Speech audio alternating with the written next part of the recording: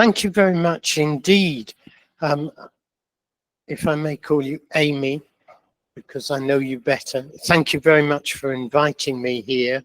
I'm extremely delighted to be here.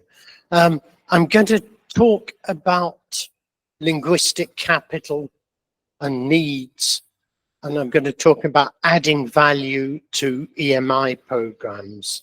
I have quite a lot to say, so I'm going to go quite fast probably, but we will see. First of all, this is a basic structure. Who am I? What do I mean? Who is involved? Experiences, disciplinary teachers' practices, and I will probably end with dynamic changes and an example. If I don't have time, I won't get to points 7 and 8, but we will see. I'm prepared to cut those, looking at the wider picture, the effects of EMI on society. In fact, that's the area that I'm really interested in, but never mind. First of all, who am I? Basically, I'm a practitioner. I've been a practitioner my entire career, and I describe myself as helping people to do their job through English and other languages. I have very rarely actually taught English. I did teach French for a while, but not much. In the fields that I've been working both in the academy. I've listed some of the main fields here: economics and management, health and medicine, etc. But I've also spent many years working outside the academy in industry, in particular, banking, manufacturing, and the chemical industry, 10 years in air traffic control and in the pharmaceutical industry. So I've quite a wide, broad experience, especially how what happens in the academy ends up in the field of work. And that's, I suppose, what we're aiming for most of the time. What do I mean? This is a bit of the theoretical background. I actually rewrote this presentation, I think yesterday or the day before, no, yesterday, rather totally, and I decided I would put the theoretical part very briefly at the beginning. I used 3 important terms: linguistic capital, disciplinary literacy, and then a little interlude, sort of why are linguistic capital and disciplinary literacy important, and then I will come to linguistic repertoire. Every now and again, I have added in, through the help of my colleague in Ireland, some Chinese, which I hope explains what it means. Linguistic capital, this is language that you possess that can be valorized in a given context as a means for communication and empowerment. This comes from Bourdieu, and I follow Pierre Bourdieu's theory, but quite a lot. He wrote hundreds and hundreds of articles, and you can't read them all, and sometimes they conflict with each other as well. But basically, each individual's linguistic competence has, acquires, or gains value or validity according to circumstance, such as mastery of English may count for more and be more capitalized in many countries than mastery of other languages. Competence in this context reflects power, and power in this use is the ability to use your linguistic resources. Each language that an individual possesses may convey more or less power in specific circumstances. Competencies, by the way, knowledge, skills, etc., are relevant for specific disciplines. That's the disciplinary knowledge, that's the next slide, and they may be held in different languages. So if you think of the competencies that any one of your students, you yourselves hold in your particular discipline, you may hold it not only in English, not only in Chinese, but maybe in other languages that you possess as well. Second term, disciplinary literacy. I defined this actually a long time ago as comprising the terminology, the academic vocabulary, disciplinary norms and conventions, theories and assumptions, ways of argumentation, the disciplinary methodology, the disciplinary ethos, and I summarize it as being in the discipline. In other words, if you teach people how to become in a discipline and you don't actually teach them what an expert does in the discipline, what a person does, you're not training them as novices in that discipline. One of the big problems is these norms are often implicit. You can't actually see them. You can't actually write down. You have to, oh, I'm getting an echo there. You have to be with people, lots of people from the discipline to understand. The first time you go to a conference in a field that you don't understand, I've attended many conferences in disciplines that I'm not directly involved with. And going to an oncology conference, for example, and you see how oncologists behave and talk with each other. It's an eye-opener. So if you ever get the chance, go to conferences, as long as it doesn't cost you too much money, that other people do. So what we're trying to do is get people to learn and understand what does it mean to be an ecologist, a chemist, a marine biologist, a historian, etc. That's what we're aiming for. Why is this important?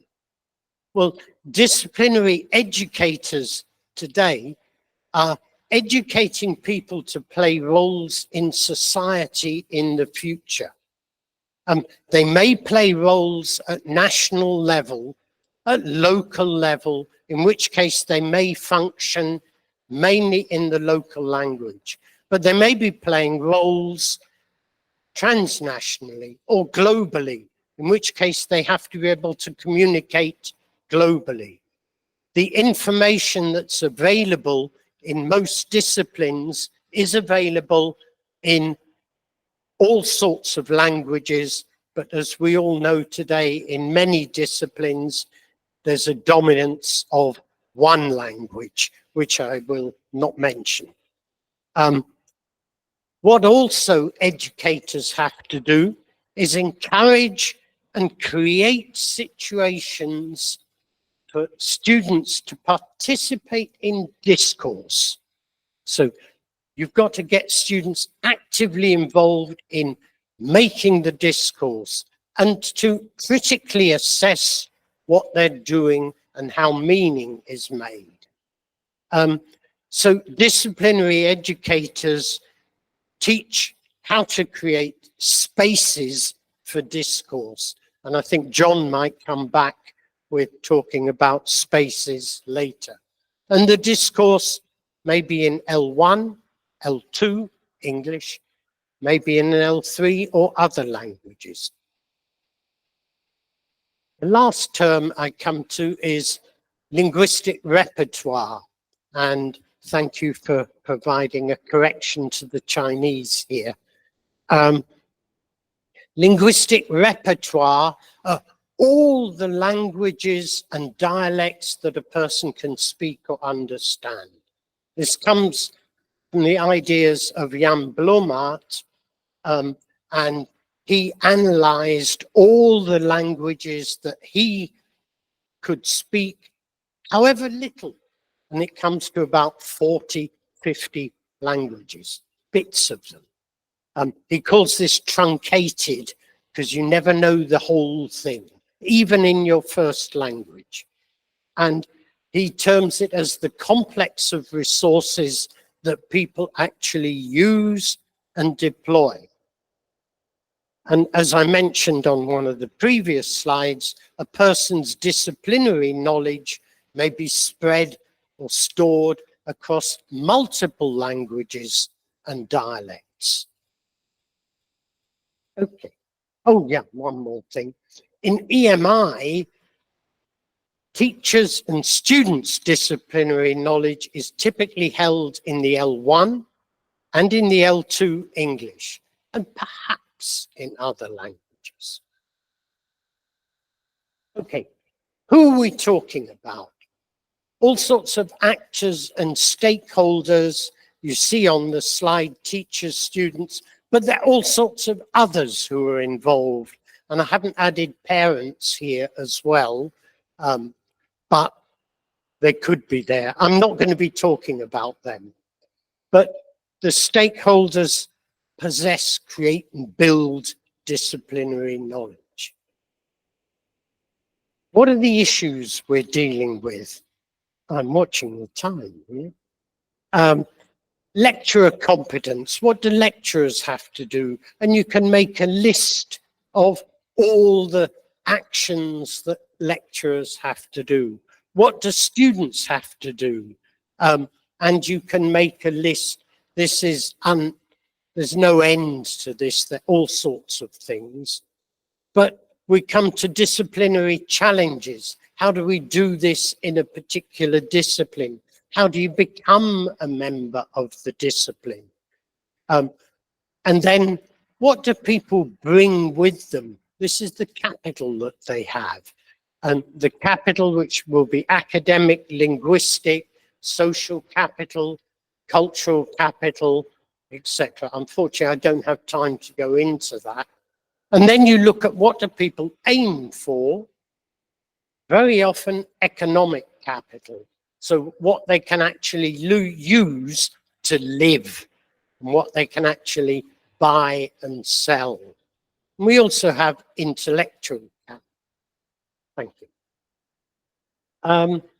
Experiences, and the fourth point, moving on to programs. You can have partial programs where some courses are in EMI within an L1 program. That's quite often the case, I gather, here, in which case the development time of disciplinary literacy in English will be relatively scarce. There's not much time for that. The development of disciplinary literacy in the L1 will be extensive. Then you can have full programs where all courses are EMI, where you have little or no in the first language. You have exactly the opposite. The disciplinary literacy develops in English, but less so in the L1. And there's a risk that students can graduate in a discipline in English, but then they can't talk about their discipline in their first language. That happens in the Netherlands quite a lot. However, there are quite a number of studies that show that content learning may be lower in EMI compared with first language medium of instruction. So you have to take that into account, that you might not be able to learn as much. I'll come on to some examples here. Experiences from the Netherlands, when partial programs were being run, it was often found there was a negative impact on content learning. So students did not learn as much in English as they did in the first language. And these studies date from the late 80s and early 90s, and I was involved in some of them. I'd just like to show you one. You don't need to see all the details here, but if you see the green arrow at the left-hand side, that's the medium score.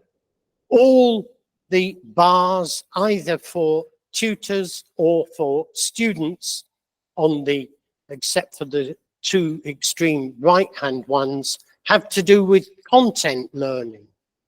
Content learning in all things, whether evaluated by the teachers or by the students, is below the halfway point, so less.